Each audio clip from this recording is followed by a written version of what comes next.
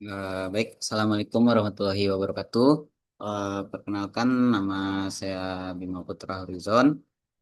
Saya akan mempresentasikan eh, hasil dari laporan untuk ujian akhir semester saya di mata kuliah elektronika daya. Di sini saya membuat buck converter eh, dengan syarat itu VIN-nya 48 volt dan untuk bisa dan kita ingin mendapatkan hasil tegangan outputnya itu di 8 volt. Eh, saya akan menampilkan PSIM-nya.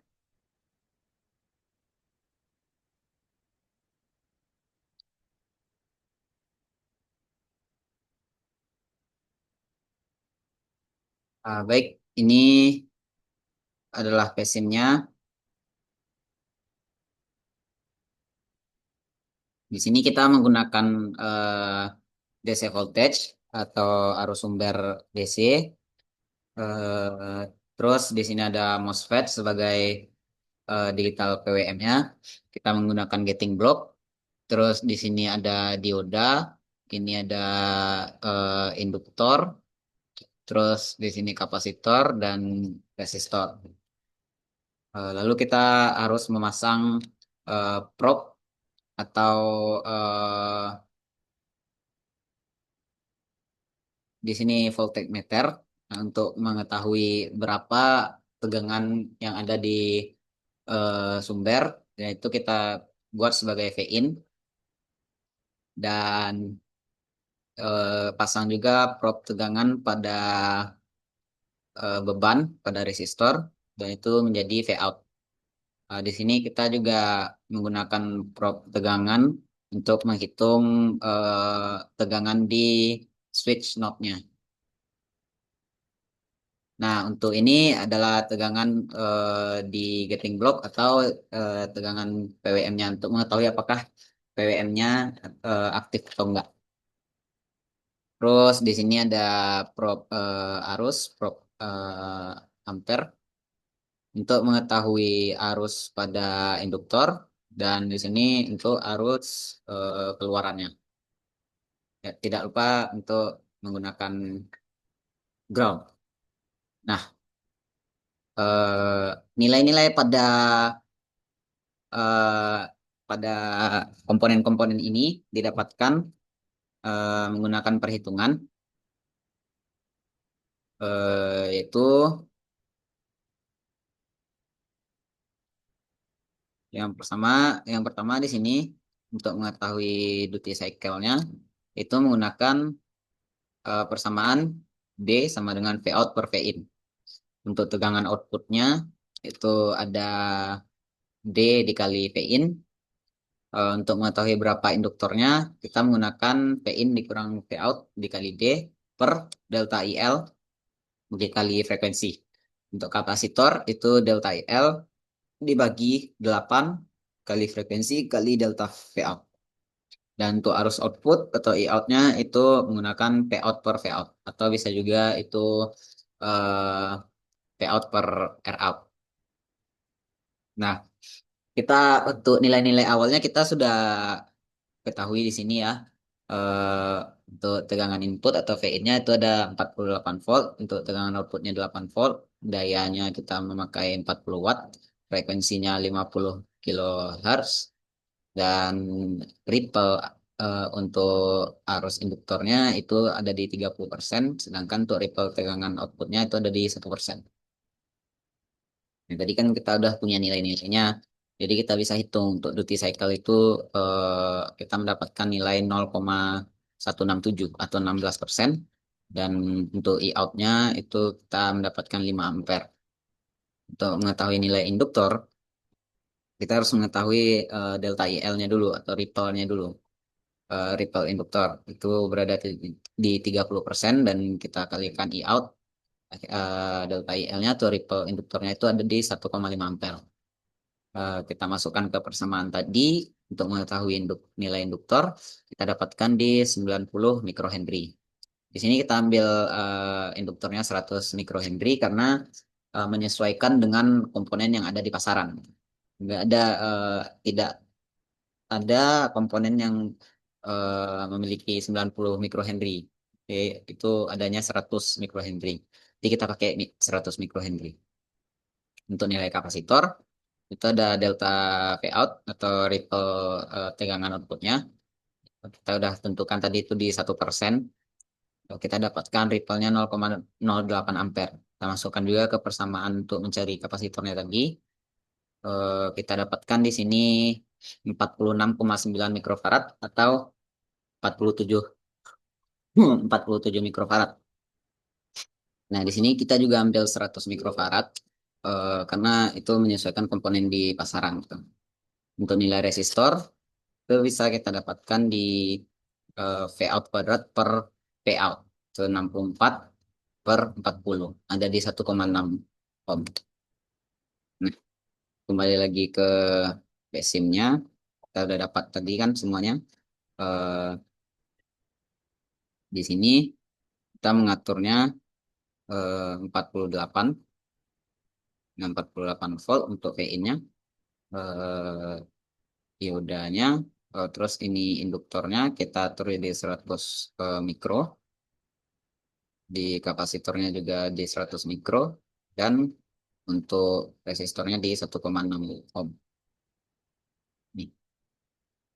Nah, untuk duty cycle itu mengaturnya di sini, di gating blocknya. Kita udah mendapatkan frekuensinya itu tadi 50.000.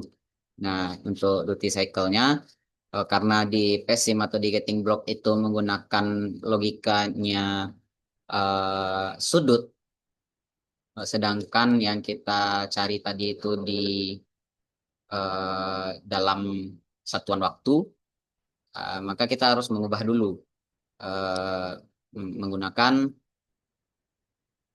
ini. Kita menggunakan eh, persamaan duty cycle-nya dikalikan 360 derajat. Jadi itu kita dapat 60,12 derajat. Kita akan pakai 60 derajat saja.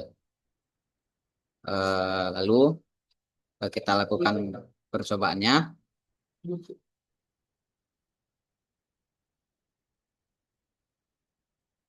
Nah, di sini kita bisa melihat V-out-nya.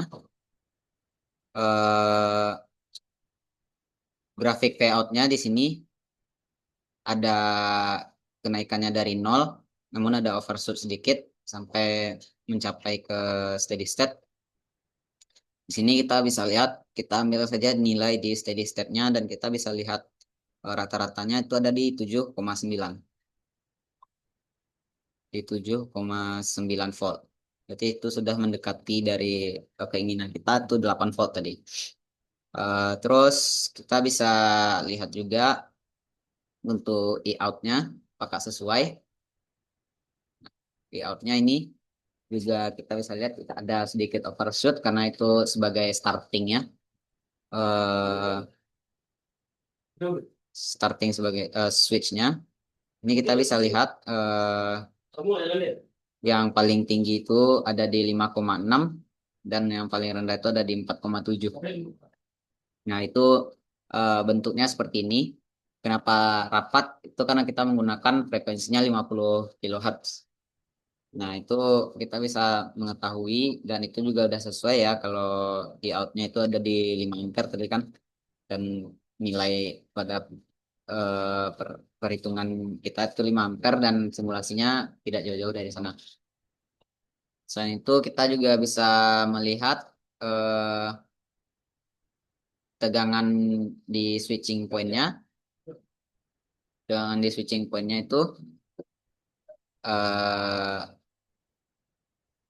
ada di sini, tuh ada di sekitar 1,9. Nah, nggak kelihatan itu dia. Ntar saya ulang ini. Ini kita lihat lagi dari payout. Nih payout. Eh, maaf. Ya, ini payout. Ini ada overshoot sedikit. eh yang artinya yaitu sebagai startingnya dia akan sedikit melakukan pelonjakan. Namun dia tidak mencapai nol. Nah, itu dia. Dan kita ambil saja coba di keadaan steady state-nya. Itu di sekitar 0,04. Nah, kita bisa lihat di sini rata-ratanya ada di 7,9 untuk payout-nya. Itu sudah mencapai eh, mencapai keinginan kita tadi di 8 volt kan. Nah, kita bisa ganti, kita bisa lihat out-nya juga di sini. Nah, ini out-nya di paling tinggi itu ada di 5,6 dan paling rendah itu ada di 4,7. Nih, paling tinggi itu ada di 5,6 dan paling rendah ada 4,7. Itu juga sesuai dengan perhitungan kita tadi karena kita menginginkan out-nya itu 5 ampere. Terus kita bisa lihat di ini Vin itu pasti konstan di 48 volt. Terus di tegangan gate-nya atau tegangan untuk PWM-nya kita bisa lihat yang paling tinggi itu di sini ada 1 dan 0. Ya, itu menandakan PWM-nya itu bekerja. 1 berarti dia bekerja dan 0 itu dia mati gitu. Kita bisa lihat yang lain juga di switch. eh, di sini kita bisa lihat pada switch-nya, sorry, pada switch-nya itu 4 tuh 7,9 average value-nya itu ada di 7,9 atau 8 volt. Nah,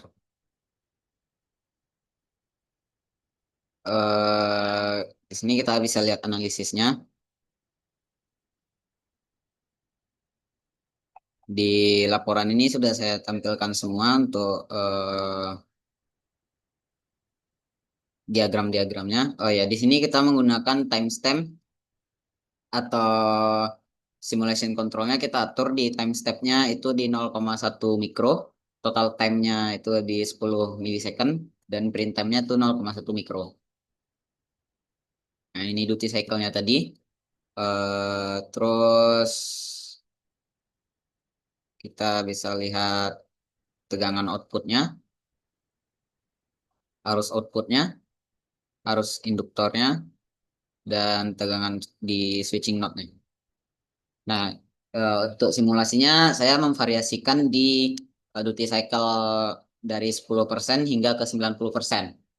Nah, kalau perhitungannya itu seharusnya pada saat 10% kita mendapatkan 4,8, 20% 9,6, sampai di 90 itu di 43,2. Dan saat saya melakukan simulasi kita mendapatkan nilai seperti ini. Yang artinya rangkaian ini sudah benar,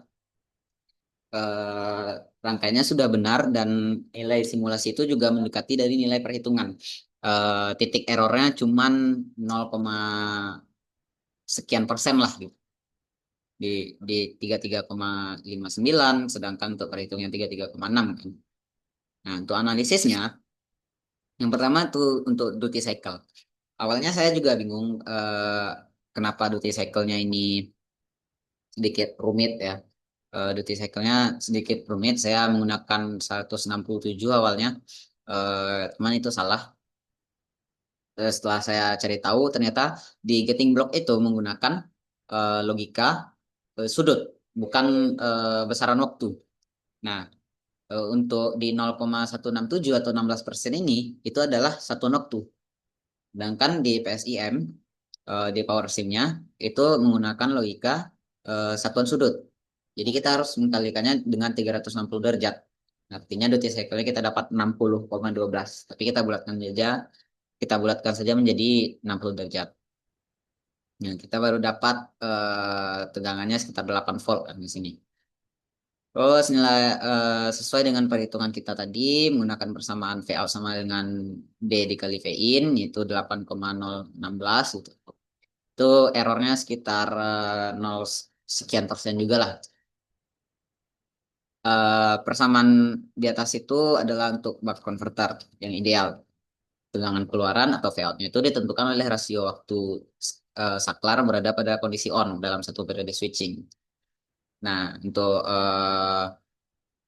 simulasi kita ini tegangan keluaran naik dari nol, lalu ada sedikit overshoot, itu proses pengisian kapasitor outputnya gitu. Kemudian mengalami kemudian dia stabil di sekitar nilai 8 volt. Setelah kondisi yang stabil itu tercapai, tegangan output itu berada mendekati nilai perhitungan dengan ripple kecil atau selisihnya kecil yang disebabkan oleh proses switching dan karakteristik induktor serta kapasitor. Untuk arus output, ini di sini kita bisa lihat, nih, untuk arus output kita bisa menggunakan persamaan V out per R hambatan, itu kita dapat 5 ampere.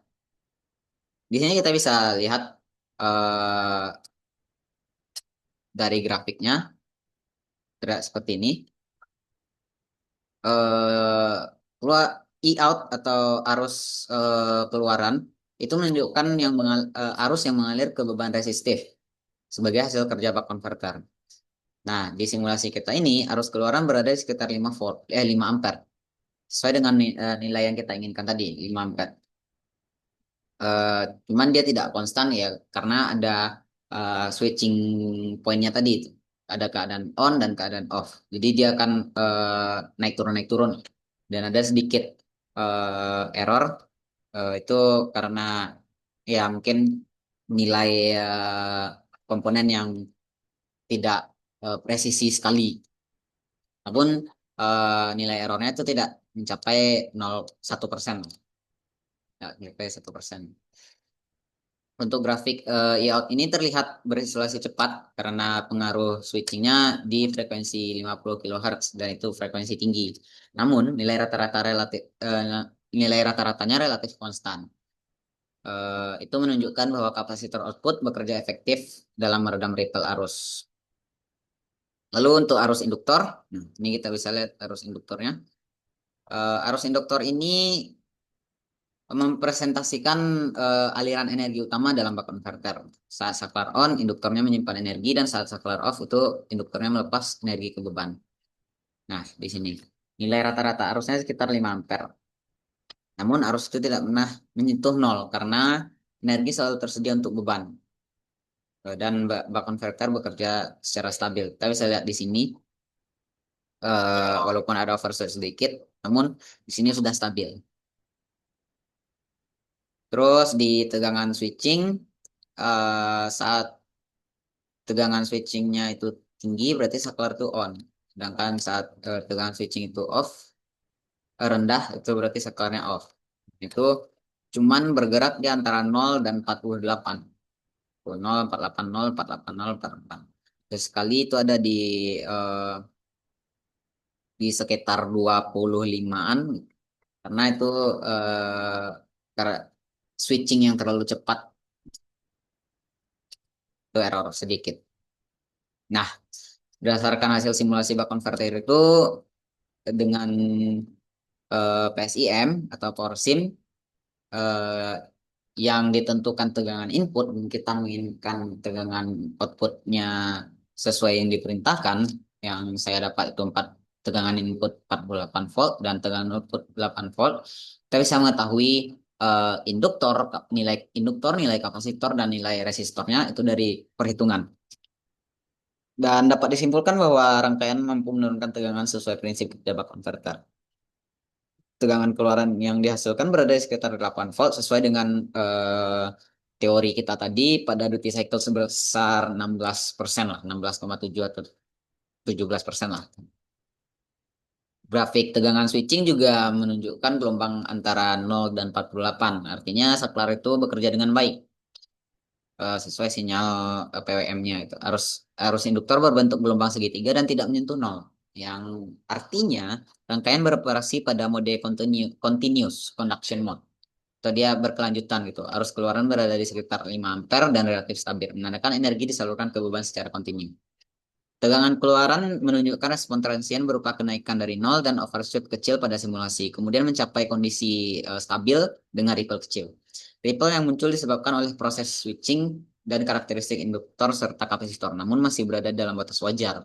Secara keseluruhan, hasil simulasi menunjukkan kesesuaian antara teori dan simulasi, sehingga dapat disimpulkan bahwa buck converter bekerja dengan baik dan sesuai dengan perancangan yang dilakukan. Mungkin itu saja yang bisa saya sampaikan, saya presentasikan. Terima kasih. Assalamualaikum warahmatullahi wabarakatuh.